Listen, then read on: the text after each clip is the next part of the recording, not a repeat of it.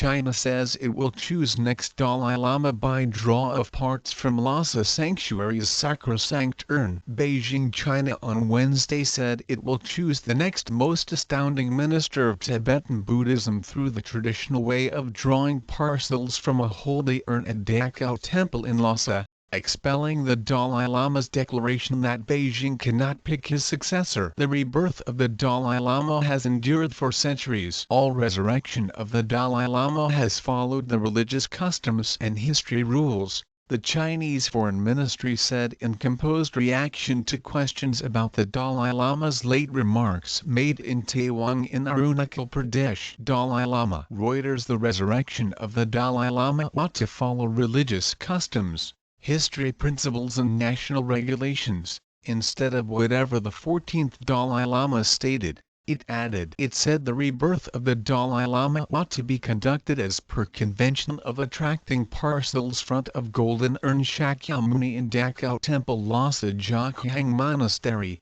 which epitomizes the Buddhist spirit. It needs endorsement from China's central government as well. The rule was set up as ahead of schedule as in 1793. The service said. The Dalai Lama has said in Taiwan that Chinese government cannot choose Wu's identity his successor. It is very rubbish. There might be some sign at the time of my passing of the following Dalai Lama. I am just one soul, the 81-year-old Tibetan profound pioneer had said. The Foreign Ministry said the resurrection of living Buddha is a one-of-a-kind method for legacy of Tibetan Buddhism. China embraces religious flexibility arrangement which for sure, including regard and secure Tibetan Buddhism convention, the ministry stated, including that the Chinese government issued regulation on religious affairs and management rules of Tibetan Buddhism reincarnation. We have been following national directions and respect religious customs since the beginning,